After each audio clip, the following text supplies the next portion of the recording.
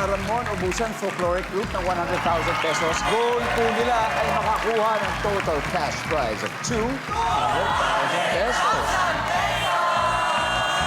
So while Jordan is in the waiting area, it's time for Fast Money. Give me 20 seconds on the clock, please. Okay. Ano karaniwang sinasabi ni nanay kapag bumili na naman ng bagong damit ang kanyang anak? Go. Ang mahal niyan. On a scale of 1 to 10, gaano ka masunurin ng mga motorista sa traffic rules? 3. Ano ang kailangan pag mag-organize ng volleyball competition? Leader. Hindi dapat pinapayagang kumandidato ang mga blank. Kurakot. Una mong naiisip pag sinabing palaka. Tumatalon. Teacher Mel, tignan natin kung ilang points na nakuha nyo. Karaniwang sinasabi ni nanay, pag bumili na naman ng bagong damit ang anak niya, sabi, oh, ang mahal niyan. Gastos na naman. Survey says, ayan.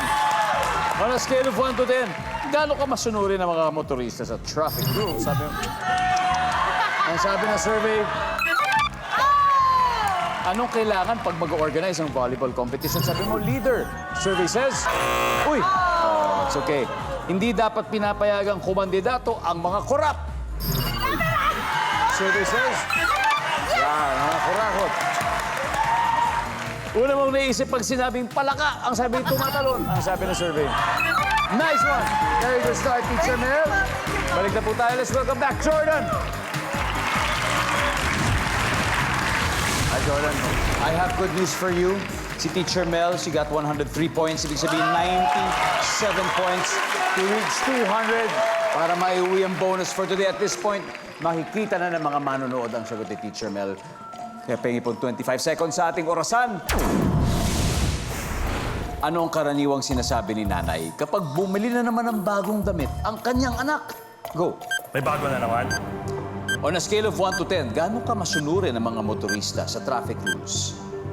4. Ano ang kailangan para mag-organize ng volleyball competition? Organizer.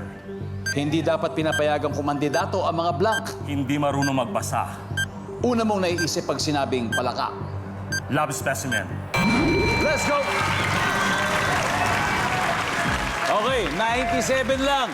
Ano karaniwang sinasabi ni nanay kapag bumili naman ng bagong damit ang kanyang anak? Ang sabi mo may bago na naman? Ang sabi ng survey, woo! Ang top answer, saan galing ang pera mo? Okay, tama. On a scale of 1 to 10, gaano ka masunurin ang mga motorista sa traffic rules? Sabi mo mga 4, ang sabi ng survey. Ang top answer ay 7.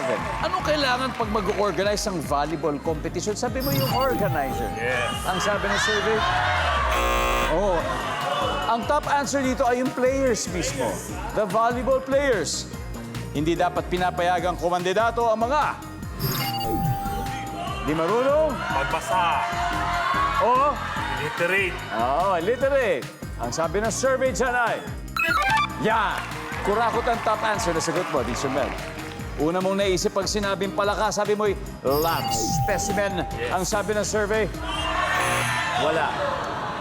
Ang top answer, kumokokak. Anyway, congratulations. Nanalo kayo ng 100,000 pesos. Ramon Obusan Folkloric Group. Are. At siyempre, maraming salamat din sa inyo. Congratulations. Maraming salamat, Pilipinas. Ako po si Ding Dong Dantes.